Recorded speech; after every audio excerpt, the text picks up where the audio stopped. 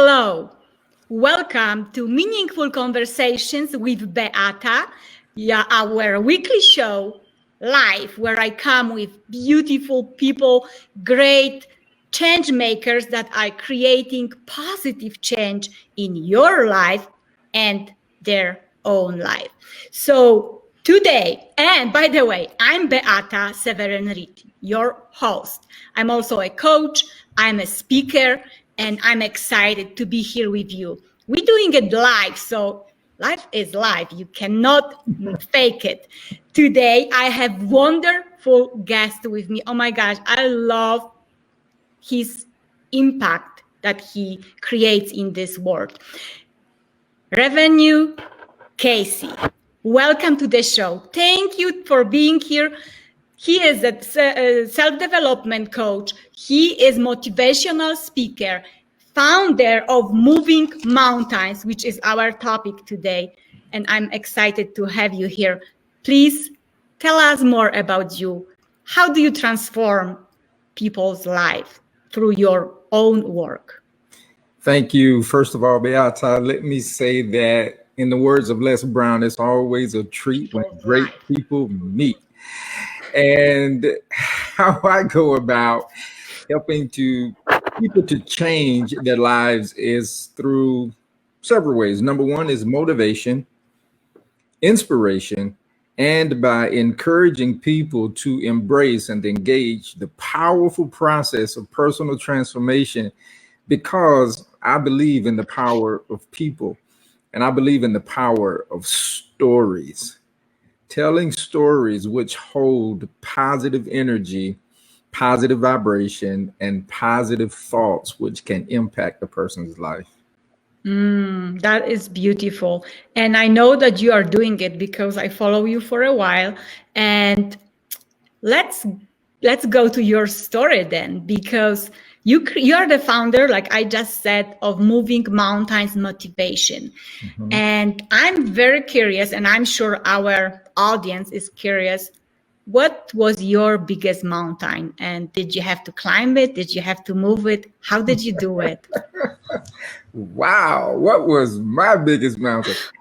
My biggest mountain, Beata, was limiting beliefs about myself. I just struggled all my life with believing in me and believing that I could do it. Do what? Whatever it was. That was my biggest mountain. I had no self-confidence. Now, along with that, this biggest mountain that I had to move, I tried to climb it, but I got tired. And okay. I tried to go around this mountain, but I got even more tired. And I found a passage in the Bible which says, where the master teacher said, "Verily, verily, I say unto you, whosoever shall say unto this mountain, be moved." And so I found that the power was in not climbing the mountain, not moving, not going around the mountain, but moving, actually moving the mountain, which is symbolic of challenges, which is symbolic of life's issues, which is symbolic of the hard times in life. You know, hard times don't last, or tough times. The tough times in life, tough times don't last, but tough people do. And so that was my biggest challenge. And in that, not believing in myself, I didn't love myself. I had no self-value. I had no or little self-worth, no self-esteem. And I was just bombing out in that area. And so that was a huge, an incredible mountain. And you know, mountains, one thing about mountains are intimidating. And mountains are huge. And mountains produce fear because they're so big. Right. And they seem to be immovable. Right. Because they're so large. And so that was a big struggle for me. It was that believing in me. Yeah. Wow. Yeah. Let me just welcome a couple people that are with us. We have Beata, Cohen, Walter, and we have a comment right here. Lack of confidence is one of the biggest issue for many who try to climb the mountain. Mm-hmm. Absolutely. Yes. And Reverend Kasey, so you did not believe in yourself. You were scared probably to go after what you really want. Yes. And so what was your path? What was this defining moment when you decided, this is my time, I'm gonna do it, I'm gonna follow my dream no matter what? It usually doesn't come, just right like that. I say, yes, today I'm confident. We could, but the inner side is, no. The inner chatter is, no, you are not that brave. Stop there. So, and we stop. So what was for you this defining moment, a person, a prayer? Tell us, what was it for you, this defining moment that you decided that the person that I want to become is possible and I'm going to create that person? Absolutely. First of all, I was born into conditions of poverty to a single mother. And one thing about poverty is that it has characteristics with it. It has qualities with it. And in this poverty state and condition that I was born into, I was also born into conditions of crime, violence. Now, this was in the community. I was also born into conditions with this poverty. These are some of the characteristics: lack and limitations, that thought, that attitude, that mindset, that way of thinking. And I was quickly being born into conditions of poverty. I was born into a story. And the story, I happened to accept and believe this story about myself. And that, Beata, was a big mountain for me. And I'm going to tell you this defining moment that actually gave me the courage to stand up and say, this is it. No more. I have to do something about that. And so these things, this poverty, and in poverty, you'll find a lot of fear. In poverty, again, you'll find a lot of no self-confidence, people not believing in themselves. And in poverty, you'll find the mindset and the state of mind which is not conducive for greatness, which is not conducive for success. And you'll find a lot of things in that story. And so poverty was my story, and I bought into the story. And my life, not understanding that the first 6 years of my life were my formative years. I didn't know this, and probably my parents didn't know this, or my grandparents. And so what was possible for me was created in the first 6 years of my life. And I developed, instead of a possibility mindset, an impossibility mindset as to what I could be, do, and have. Now, from age 13 to 24, being born into a story, a certain story, certain things were passed down to me, certain beliefs were passed down to me, certain ideas were passed down to me, a certain energy was passed down to me. And so I inherited certain things.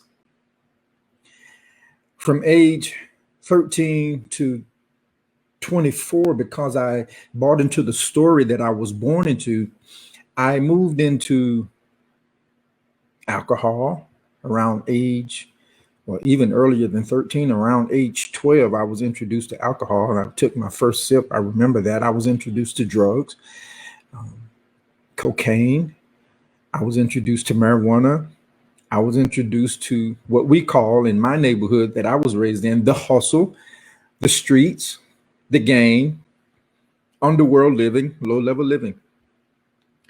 Around age 24, when I really began to bump my head up against the wall of life, is when I was using drugs and I became an addict and I became an alcoholic. When I was using drugs with a very close friend of mine, and he died. He died as a result of us using on that night. Like several hours later, his heart exploded.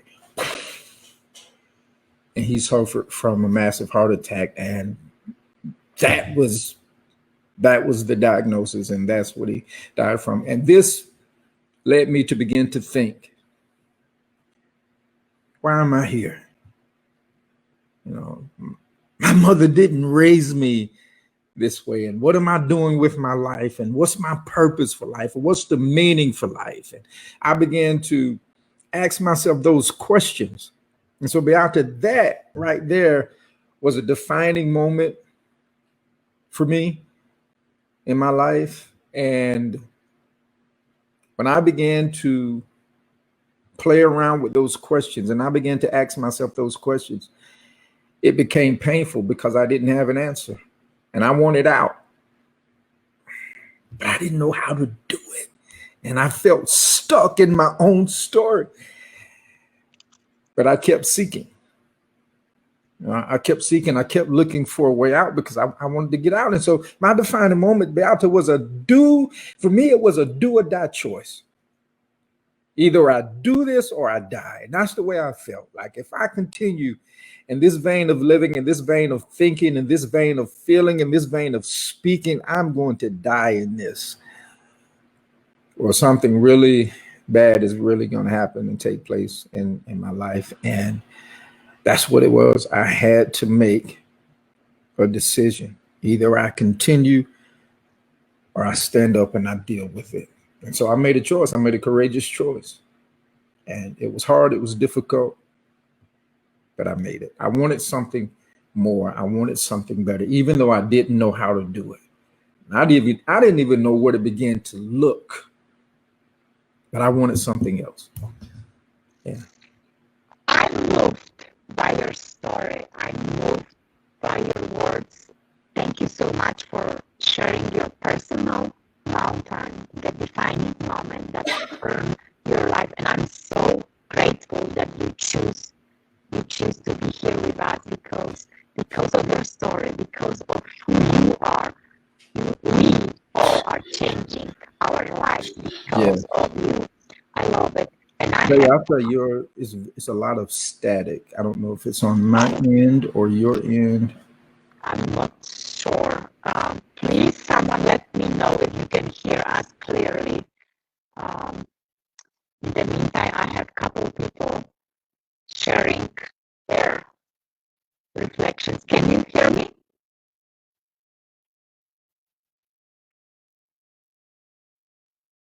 I can hear you.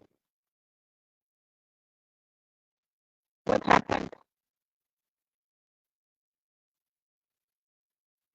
I think you muted yourself.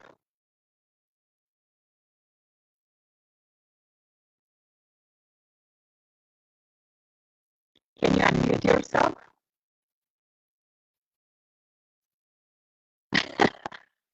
So again, there it is. Okay. This is live. This is live. You cannot fake it. You have to go with the flow.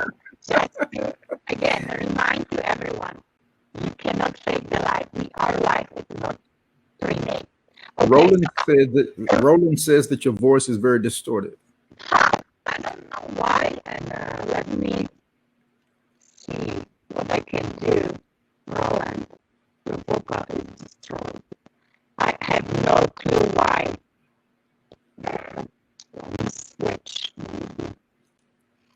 Well, in the meantime, if you can hear me, what would be your advice for everyone who's listening to us? For, like you said, mountains are just challenges. So challenges that sometimes are stopping us, and we are stuck in this story. What would be the first step towards changing that story that is keeping us small? I believe the first step to changing the story that we're born into, or to overcome a challenge or a mountain, to move a mountain out of your way. And mountains are challenges, yes, limiting beliefs. I believe the answer that in order to change your story, first of all, and I found this in Napoleon Hill's book, Think and Grow Rich, is that we must have a burning desire for change. Even if we don't know how to change, even if we don't know where change, what it looks like, what it smells like, what it tastes like, what it sounds like, I believe there must first be a desire. You know, we've run up against a wall, and if the wall doesn't make us retreat, and if we continue to stand there, then we're going to have a desire to change it. I believe that's the first thing. That's the defining, to me, that was the defining moment. Having that desire, the wherewithal, the want to, and not allowing anything to stop me from taking action on that desire. I would say to the listening audience, to the viewing audience, to have a desire. Let me share a story here with you from a guy by the name of S.B. Fuller. S.B. Fuller was a black boy at this time. His parents were sharecroppers. And this was during the time when slavery was at its height. And S.B. Fuller's mother was his mentor. That was his first mentor. And she said to him, he happened to be, he wasn't the only child, but she said to him, and he happened to be the favored out of all the children. She said to him, we're not poor because of God. We're poor because Father has never desired to become rich. No one in our family has ever desired to be anything other than what we are. And so I believe the want to, even if I don't know how to, I must have the want to. Yeah. Wow. Yeah. Wow. Can you hear me now better? Oh, that's perfect. All right. Thank you.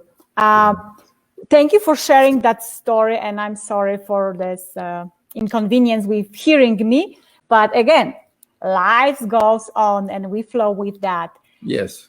Reverend Kasey, you said so many brilliant thoughts and stories, and your story is like a diamond in here.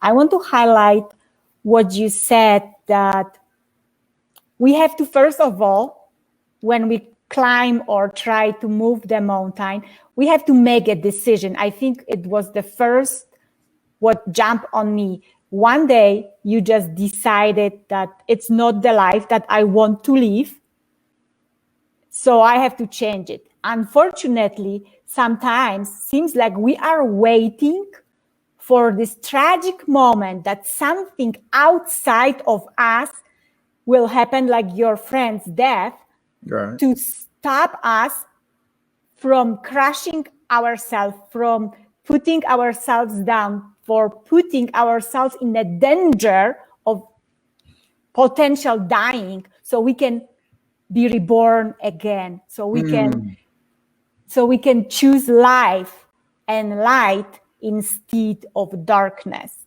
Yes. Yes. So it's what I hear from your message, and I love it.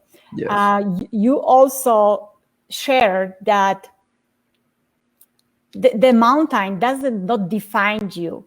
You have to find your own meaning for your own life. Yes. And create the person, because today probably you are not the one who you want to be, but you can be when you decide and when you take the first step and you trust and believe. And the story that you were telling yourself that were keeping you so small won't run your life. You are the owner. You need to take responsibility. So it's another point that jumped on me from what you just said. Take responsibility for your own future. Yes. And you cannot do it tomorrow. You have to do it today. To do it today. Yes. Yes, absolutely. Yes. So I'm so thankful for what you are sharing with us. We have so many comments. Oh my gosh, thank you so much. If any of you listening to us have a question to Reverend and Kasey, please do it now. Please. We have another Les Brown brother, Ben Chablowski. It's good. It's good again. Thank you. Yes, Ben. Roland, Garlin, my friend. And Garlin said, "Hi, Reverend. It's amazing to continue the journey of self-explanatory analysis of a self that is contributing to your good share of present life." Absolutely. Yes. Garlin, she is a psychologist, a very awesome person. Thank you for being here with us. Yes. My next question is, what is or was your most meaningful conversation in your life, and what did you learn from it? The most meaningful, that is an amazing question, by the way. What is the most meaningful conversation in my life, and what did I learn from it? The most meaningful conversation in my life, if you would allow me to say, didn't really come from holding a conversation with a person. There are some very meaningful conversations that I've had with people, but this meaningful conversation came from a book. Books speak to us. So I got this from a coaching program that I purchased back in 2010, I believe, maybe 2009, 2010. And Beata, when I read this, it helped me to solve the issue and the issues in my life. It helped me to see what was really blocking me from being what I wanted to be, doing what I want to do, and have what I want. What was really stopping me? And it was these words, very profound words. I've shared them before on some of my broadcasts. Please. And it was this: you are the only problem you will ever have, and you are the only solution. And when I read that, it's like my whole world stopped. I stopped reading. I put the book down. I did some self-contemplation. I had never heard anything that profound before in life, or anything that impacted me or had that kind of effect in my life. So I was raised pretty much as an outer conditioned person. Outer circumstances. I live by outer circumstances and outer conditions.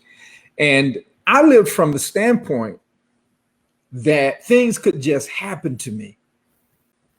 And that bad things just came into my life and into my world, and that bad things can just happen at any time. And so I am under the will of fate. And that's what I thought for a very long time. But when I read that, it said that, Kasey, the problems that you're having in your life, go to the mirror. Go look at the mirror. It's you. It's not your condition. It's not your circumstances. It's not the family you were born into, even though that's a large factor, but it's not. You can't blame it on that. It's not a devil. It's not a God that you can blame. It's you. You're the only problem you have. Now, what's the good news in this? What's the gospel? What's the turnaround? What's my pivot? What's my linchpin? What's the hinge upon which that swung?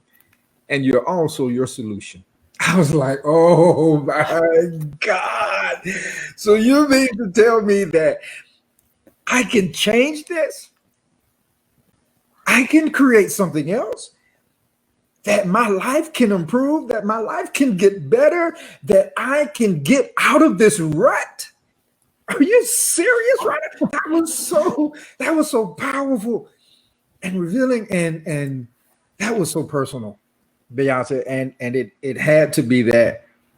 And my first mentor that I ever had back in Tifton, Georgia, the guy's name is Greg Shepard. You know, he said to me, he's a business owner, and he said to me, Kasey, he's like, look, just ride on my belief.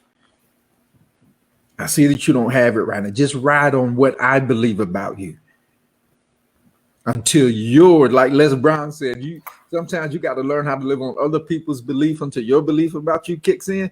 That's what I had to learn to do with Greg Shepard. He believed in me more than I believed in myself. And so I had to ride on his belief.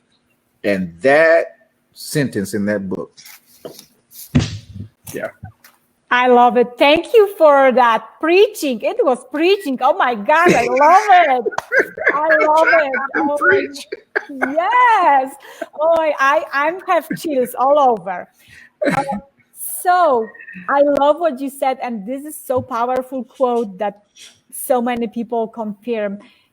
You are the only problem, and you are the only solution. That is so true. And like you said, go to the mirror, look in the mirror, and whatever mountain that you think you are facing, the answer for that is in you. The answer that you're seeking is you. Because whatever we are seeking is seeking us. It's seeking us, yes. Yes, absolutely. I love it. Well, I have one more question. After all of that, I don't know if we can make it better even, because you are just crushing us with this beautiful wisdom. Well, you do every morning, 6:30 or your time? 6:30. Yes, 6:30 your time. And it's Eastern time? Eastern Standard Time, yes. Yes. You come to Facebook Live and do affirmation, meditation. What tell us about that? This message, motivational message that you share every morning with us. And I wake up to it because I'm 2 hours behind. I'm 2 hours ahead you. Yeah. So I wake up to it. And it's so inspiring. And I love the metaphor that you use, what you are filling your cup with this morning. So I start my morning with a cup of coffee. So when I take my first sip with your words, I always hear this beautiful words. So tell us about that. What your cup of coffee and greatness was this morning filled with? Oh, awesome. It's a broadcast that I call it, and thank you for that, Beata. That's very encouraging. It's a broadcast that I call Wake Up to the God in You. Yes. And it's all about waking up to your infinite potential, waking up to your unlimited power, waking up to your higher self, waking up to your divine self, waking up to your gifting, your talent, and your ability, waking up to the splendor that you have, the wonder that's inside of you. As Les Brown can say, you have greatness within you, waking up to your greatness. And this morning, it was a part 2 from Thursday, and I do this Monday through Friday at 6:30 a.m. As Beata has said, this morning's session was called You Gotta Start Somewhere. You gotta start, all of us, no matter what we have different stories. We're born into different stories. And so no matter what your story is, there all comes a point in time in all of our lives where we want to be something, we want to do something, and we want to have something. So there's a starting point for that, for all of us. And we have to begin somewhere. And there's a quote that says, is this day one or one day?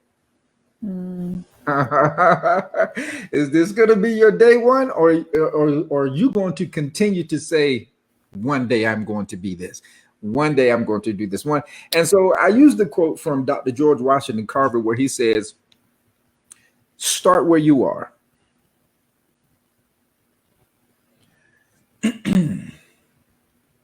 with what you have, make something of it, and never be satisfied. And so those four things we talked about this morning, that we talked about on Thursday last week, start where you are with what you have. Make something of that and never be satisfied, because all of us are growing, all of us are developing, all of us are unfolding. Our gifts are just a constant.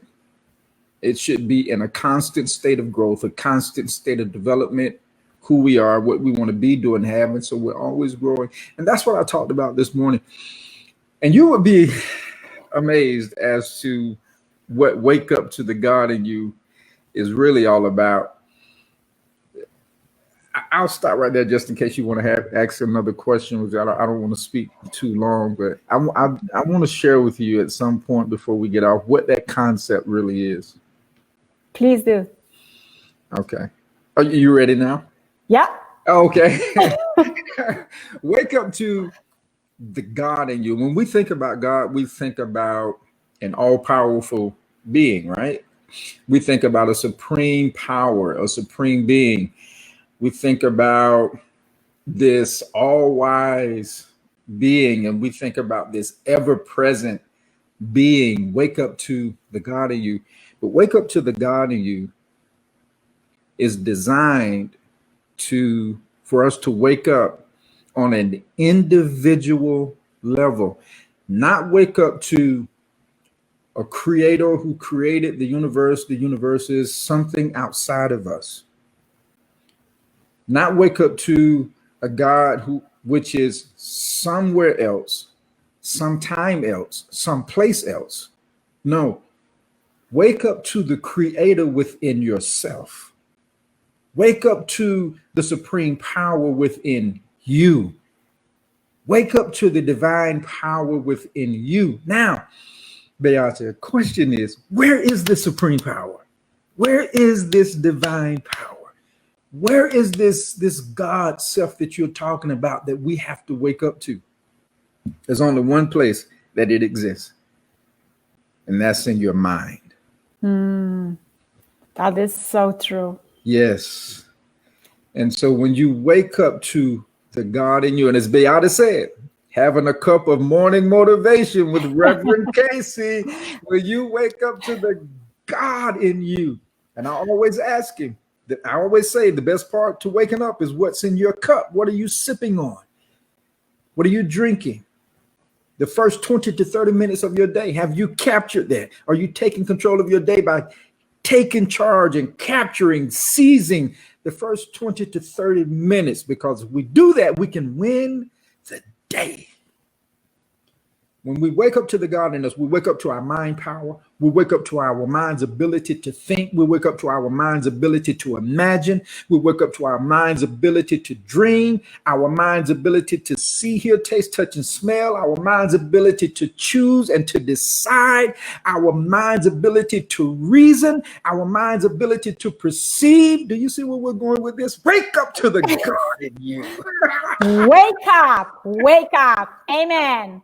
Yes, thank you so much, Reverend. Yes. I love it. It's what I wake up every morning to. Yes. The morning, how you start your morning, it decides and dictates how your day is gonna be. So thank you for that. And absolutely. To summarize what you said, and you just said also that it's all about our mind and how we think about who we are. Yes. And I think Bob Proctor is saying it beautifully. It's not who you are that holds you back, but it's who you think you are not. Yes. Yes. And it all starts in there. Your story that I call it monkey mind is running, the jumping, who you are not. Yes. Yes. You can overcome it. Thank you so very much. Last question. First of all, how people can find you? What is the best way to connect with you and get to know you more?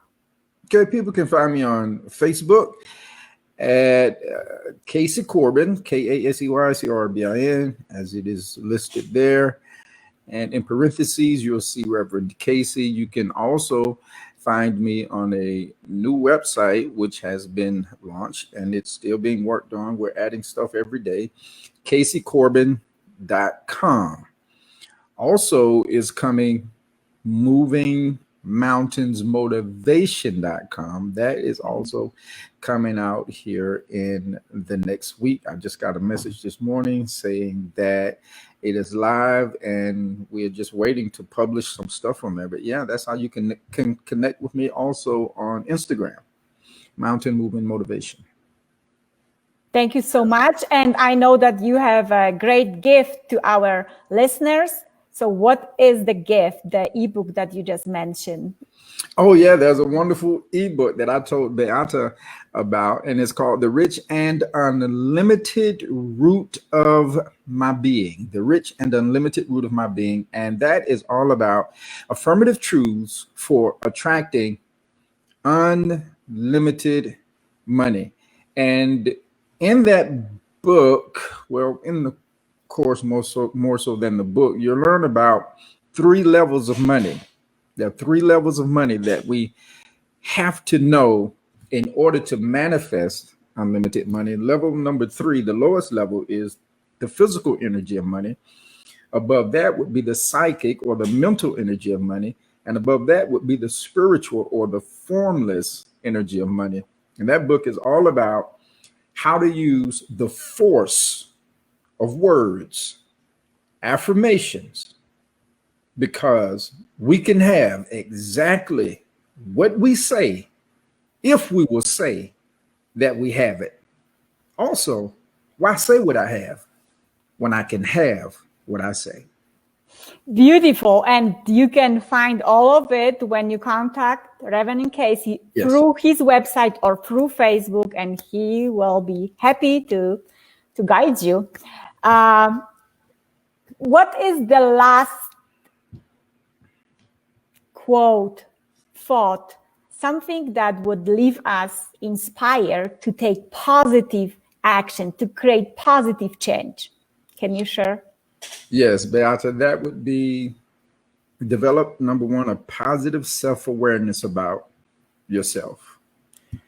Engage in the process of something I call positive self-image psychology. This is nothing short of mind science, and we're dealing with the subconscious section of the mind. When you do that, then know this, that you can be whatever you want to be, do whatever you want to do, and have whatever you want to have through your own infinite potential. Beautiful. Thank you so very much for being here with me.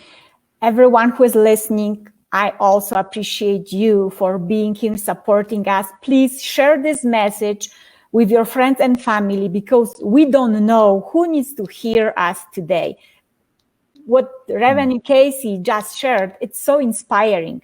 And there are people who are struggling with what is going on today. So please share this message on inspiration with others. Please come back the next week. If you want to get to know me more, you can contact me through Facebook, or I have website Beata, Beata, lifecoaching.com. I'm so happy to have you here, to learn with you and to grow with you.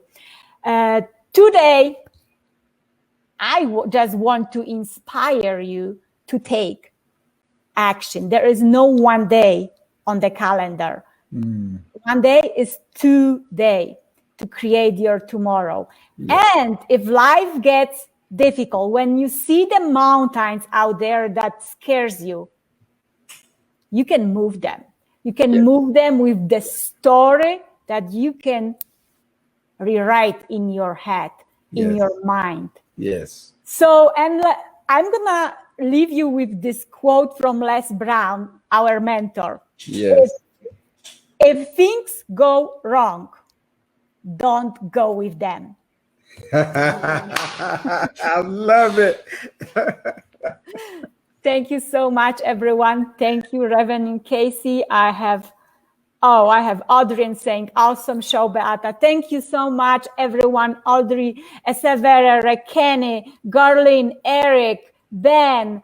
Oh my gosh, we had so many people, Roland, today that were supporting us. And I hope you will help us to spread that message, because it's very important to uplift others and to show them that there is a lightness, there is a greatness in this world.